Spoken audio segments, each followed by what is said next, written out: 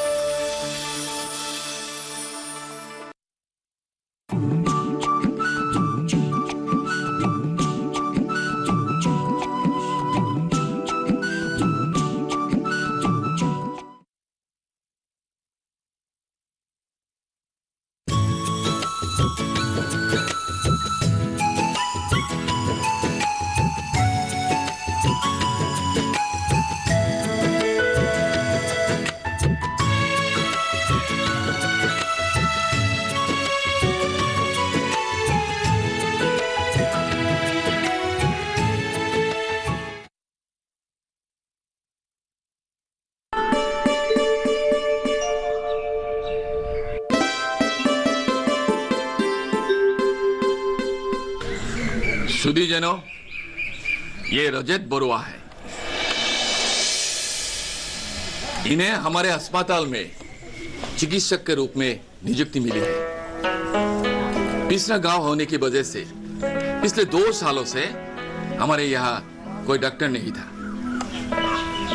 इस क्षेत्र के मरीजों की हालत बदतर हो गई थी। आपके योगदान के कारण हम लोग बहुत ही आनंदित हुए हैं।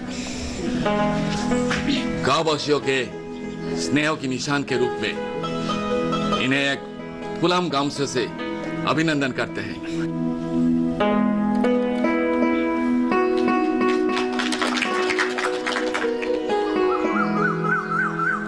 हमारी महिला समिति की तरफ से भी डॉक्टर साहब को एक फुलाम गमछे से अभिनंदन करते हैं।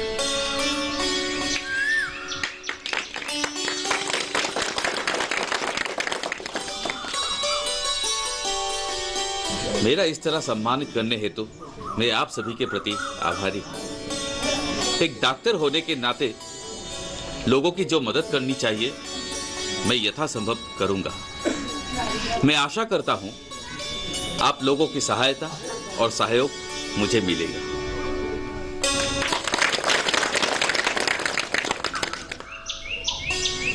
हमारी महिला समिति की तरफ से आपसे ये निवेदन है कि आप भी दूसरे डॉक्टर की तरह ट्रांसफर लेके इस अस्पताल से ना जाए। अगर आपको कोई असुविधा होगा तो हम सारे गांववासी आपके साथ रहेंगे।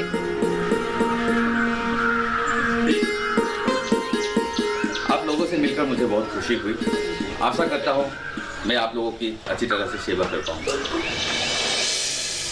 डॉक्टर साहब, हमारे गरीब गांव के लोगों की सेवा के लिए यहाँ आए हैं।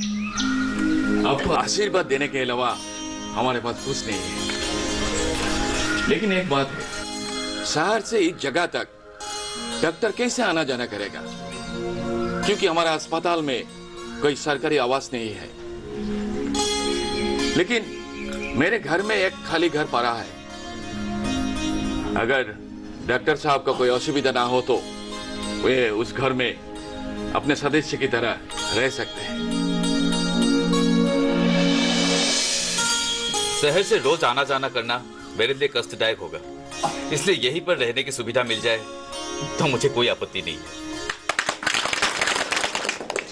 क्योंकि मैं इसी गांव के सेवा के लिए आया हूं, तो यहीं पे रहूंगा तो मैं आप लोगों की ज्यादा सेवा कर पाऊंगा। अतः मुझे यहाँ पे रहना अच्छा लगेगा। अभी डॉक्टर साहब ट्रीटमेंट शुरू करेंगे।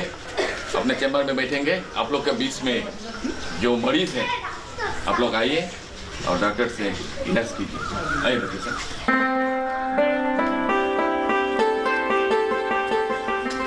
ये आप करो। आइए।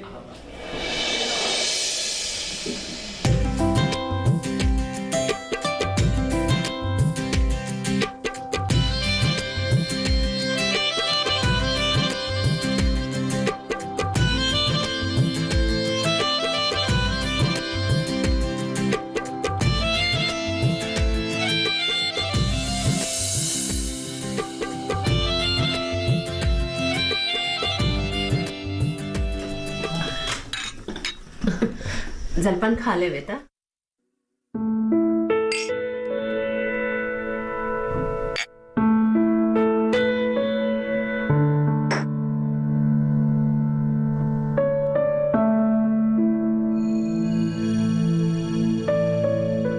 गांव में ही इस तरह से जलपान का स्वाद लिया जा सकता है, हमारे शहर में तो मिलता ही नहीं।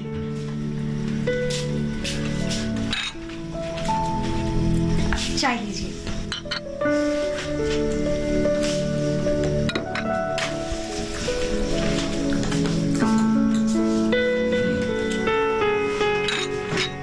ये मेरी एकमात्र बेटी है जैनब।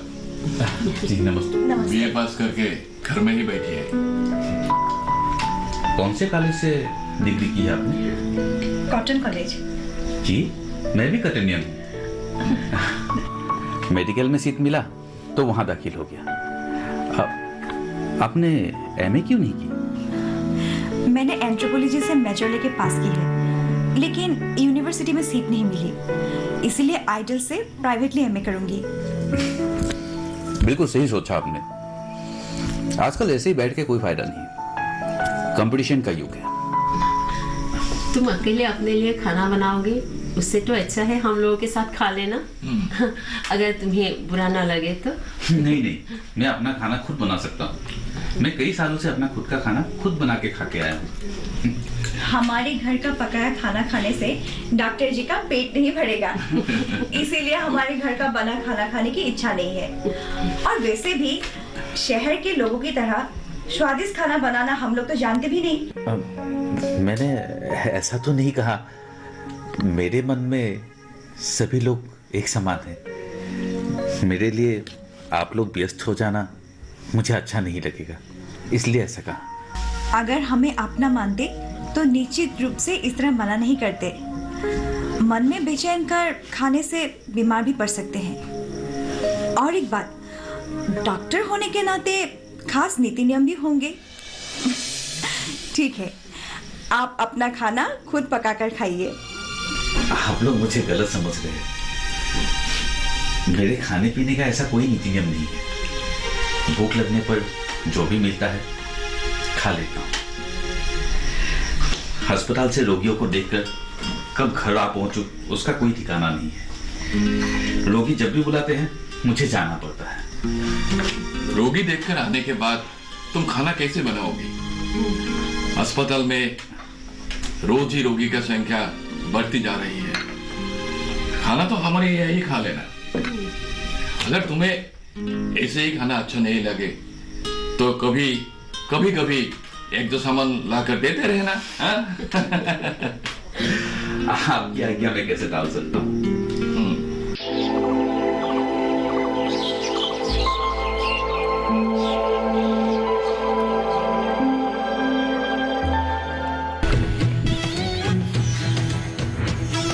पशुओं की सुरक्षा का पहरेदार,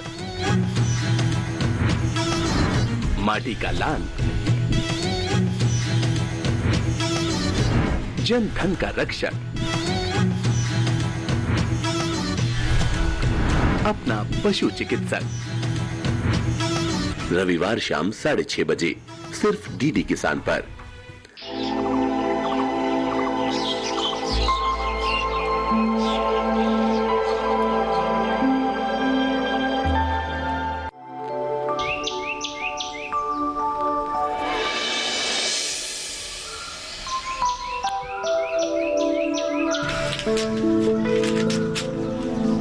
मैंने दवाई लिख दी है, सही समय पर इनको खिलाते रहिए। हाँ, चिंता की बात नहीं है, कुछ ही दिनों में ठीक हो जाएगी। सर, हम लोग बहुत गरीब आदमी हैं, आपको फीस के बारे में यही देंगे। अरे नहीं, आप मुझे क्यों फीस दे रहे हैं?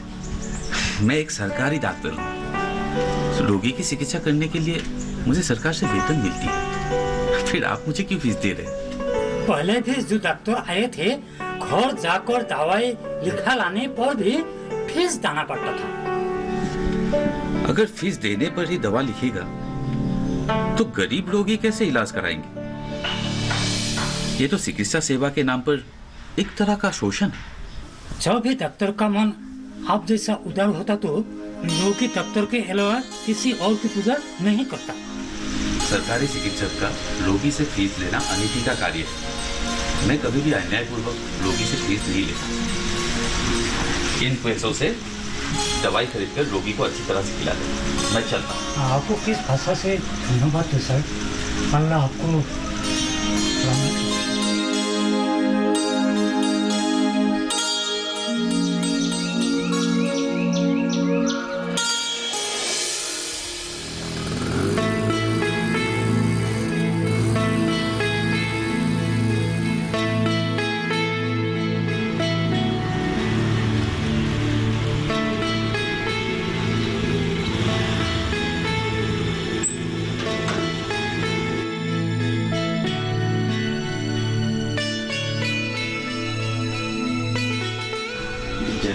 एक गिलास पानी पिलाना।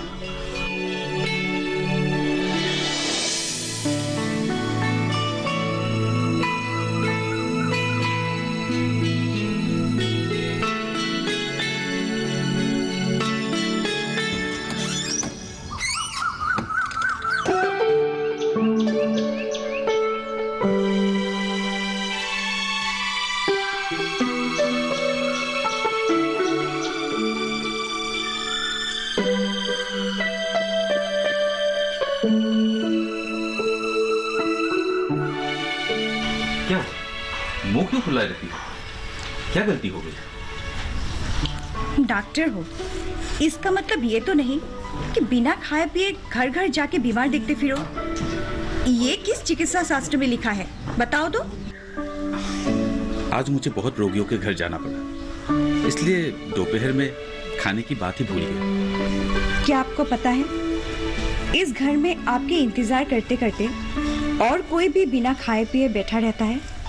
सुनो, डॉक्टर और दैनिक मजदूरी करने वालों का खाने का कोई ठीक समय नहीं होता। कहाँ खाना पड़े कुछ कहा नहीं जा सकता। तुम फिर क्यों मेरे इंतजार में बिना खाए पिए बैठी हो? मेहमान के खाए बिना मेजबान भला कैसे खाए? मैं कब से तुम लोगों का मेहमान बन गया? हाँ, शायद किसी के मन में मैं आज भी इस घर का मेहमान हूं। मैं ही इतने दिनों से अपने आप को एक ही परिवार का समझ रहा था। मैंने उस मतलब से आपको मेहमान नहीं कहा। दरअसल जब तक आप खा नहीं लेते तब तक मेरा भी खाने का मन नहीं करता और अच्छा भी नहीं लगता। इसीलिए मैं आपका इंतजार करती रहती हूँ। ठीक है, मेरे लिए तुम्हें तकलीफ हुई इसलिए मुझे माफ कर देना। मुझे आज ही पता चला मेरे नहीं आने से तुम भी भूखी रहती हो। हाथ मुंह धो लीजिए, मैं खाना परोसती हूँ। बेटा तुम आ गया, बहुत देर किया।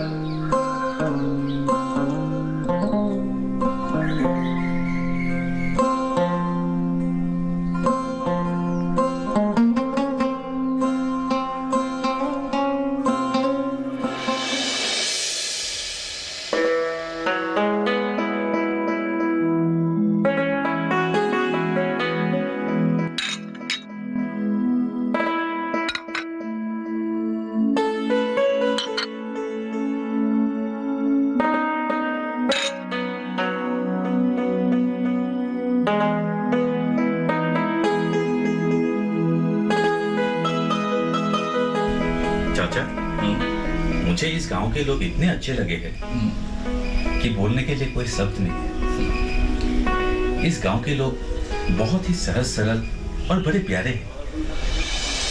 हाँ बेटा, हमारे ये गांव बहुत पुराना है। पुराने जमाने से हम सभी लोग मिलजुल कर एक साथ रहते हैं।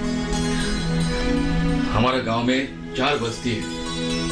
इतना पुराना गांव है, फिर भी पीने के पानी का कोई व्यवस्था नहीं, यातायात का कोई व्यवस्था नहीं। कठोर मेहनत से लोग चल रहे हैं। हाँ बेटा, अगर सब बात कहो तो बहुत बात हो जाएगी। मेरे दादाजी ने आजादी के लिए तथा लगान वृद्धि के विरुद्ध आंदोलन करने के लिए पत्थरघाट गए थे। वहां ब्रिटिश के गोली लगने पर शहीद हो गए। तुम पत्थरघाट के रंग के बारे में शायद सुना होगा। पत्थरघाट की कहानी मैंने सुनी थी। ब्रिटिशों की गोली से 140 किसानों ने अपने प्राण गंवाए थे, ऐसा मैंने पढ़ा था। सभी मृतकों को ब्रिटिश ने एक तालाब खोदकर दफन किए थे। हमारे किसानों के सपने सपने ही रह गए। चाचा, सरकार ने हमारे गांववासियों के लिए कई प्रकार के योजनाएं बनाए हैं। हमारे गांव के अधिकांश लोग शायद इस बारे में विस्तार से नहीं जानते हैं, इसलिए पिछड़े हुए हैं। बात तो सही है। हमारे गांव के अधिकांश लोग किसान हैं, अपने काम में व्यस्त रहते हैं, सभा समिति में ज्यादा नहीं जाते, इसलिए शायद अनजान रहते हैं। चाचा जी, आप गांववासियों को एक दिन इकट्ठा कीजिए, मैं कुछ सरकारी योजनाओं के बारे में बताऊंगा, इससे उन लोगों का फायदा होगा।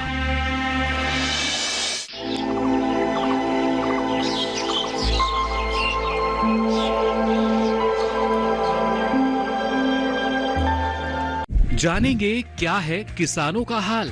हम पहुंचेंगे आपके गांव, मिलेगा सरकारी योजनाओं का ज्ञान।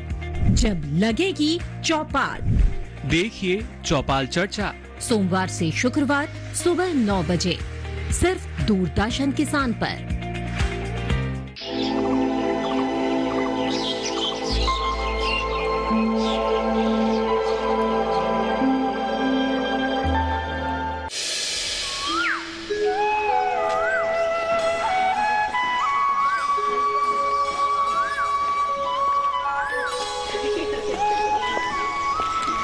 अच्छा, तो अब हम चलते हैं। अरे डॉक्टर साहब का कैसा हाल है? ठीक है। सुना है डॉक्टर साहब का इलाज बहुत अच्छा है। जिन्होंने भी उनका दवा खाया है वो ठीक हुए बिना नहीं रहता। और सुना है वो मरीजों से कोई फीस नहीं लेता है। हाँ, और हाँ, गरीबों से पैसा भी नहीं लेता है। और सुना है वो दिन रात मरीजों की देखभाल में लगे रहते हैं। तुम लोग जिस तरह से डॉक्टर के गुण गा रहे हो, अगर डॉक्टर को पता चला तो सीधा तुम दोनों के घर पहुंच जाएंगे। गुनी का गुण गाने से दोष नहीं लगता। तुम्हारा नसीब अच्छा है कि ऐसे लोगों का खिदमत करने का मौका मिला। नेक बंदे के ऊपर अल्लाह का रहमत हमेशा होता है। अल्लाह उन पर रहम करे। जैनब, तुम अपने मन में अन्ना विचार मत लाना। समधर्मी हो तो कोई बात नहीं, अन्ना रूप से सोचना गुनाह होगा। फजीर की नमाज से लेकर मगरिब तक रोगी की सेवा करने वाले आदमी के बारे में अन्ना कुछ सोचना भूल होगी। अच्छा, अब तुम लोग जाओ। हाँ। मैं भी चलती हूँ।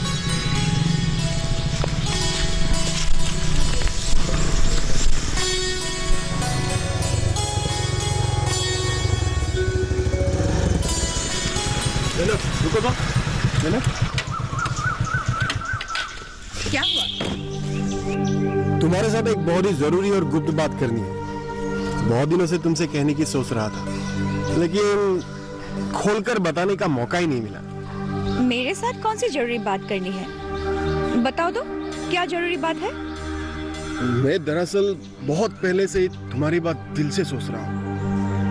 मैं तुमसे शादी करके अपना जीवन संगिनी बनाना चाहता हूँ। देखो मकबूल भाई साहब, मैं गांव के प्रत्येक युवा लड़कों को अपने भाई की तरह मानती हूँ, और उन लोगों के बारे में कोई दूसरी बात मैं सोच भी नहीं सकती।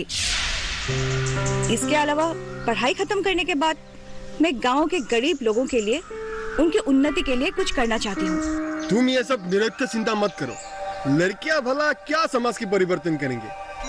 तुम्हें मेरा बनना ही होगा, नहीं तो मैं तुम्हारी शादी कहीं भी नहीं होने दूंगा। मेरे अब्बा के पास धन दौलत की कोई कमी नहीं है, तुम्हें सिर्फ हाँ कहने की जरूरत है। केवल धन संपत्ति सब कुछ नहीं है, ये तो क्षणिक है। तुम अब एक अनुभूति त्याग करो और बीए की परीक्षा पास कर जाओ।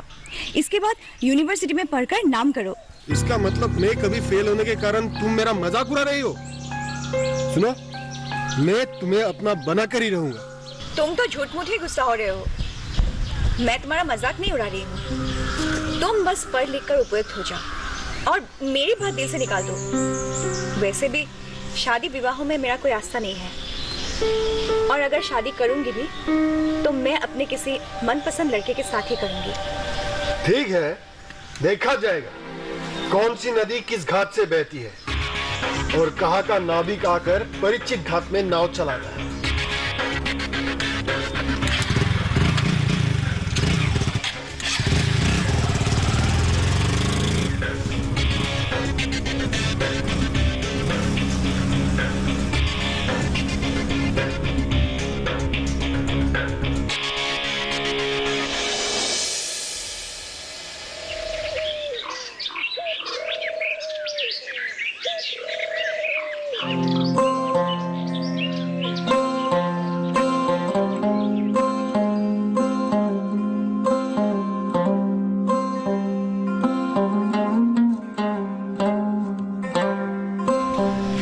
दोपहर को खाना खाने जल्दी आना बेटा।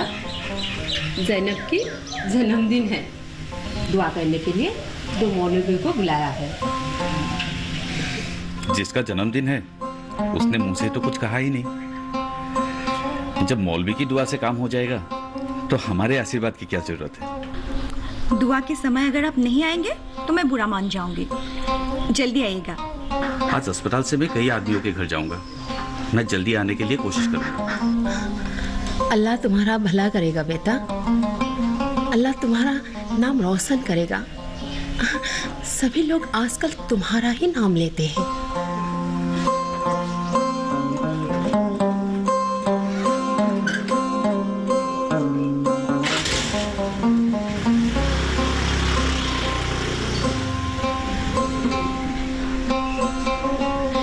मेरा अपना ना बेटा होने पर भी डॉक्टर को अपना बेटा जैसा लगा, और तुम्हें भी एक बड़ा भाई मिल गया है। हाँ, चलो चलो जल्दी करो, खाना बनाने का काम शुरू करो। मौलवी लोग इस जहर नमाज के बाद आ जाएंगे। जल्दी। आप लोग सभी जानते हैं हमारे असम प्रदेश अतीत से ही तात साल के लिए दुनिया भर में मशहूर है। असमिया युवती सपनों के चित्र तात साल में अंकन कर सकती है। वास्टर नगरी स्वालकुसी के एड़ी मुगा के कपड़े दुनिया भर में प्रसिद्ध है। हम लोग हर एक महिलाएं एक तात साल बनाकर कपड़े बुनकर अपनी जीविका उपार्जन कर सकते हैं। मैंने जो कहा था उसके बारे में क्या सोचा? मैं ज्यादा दिन नहीं रुक सकता, जल्दी शादी करेंगे। देखो मकबूल, अच्छी तरह से बात करने से तुम लोग नहीं समझते हो, अभिनय करते हो। इस तरह से अगर मुझे परेशान करते रहे तो मैं तुम्हें भी नहीं छोड़ूंगी।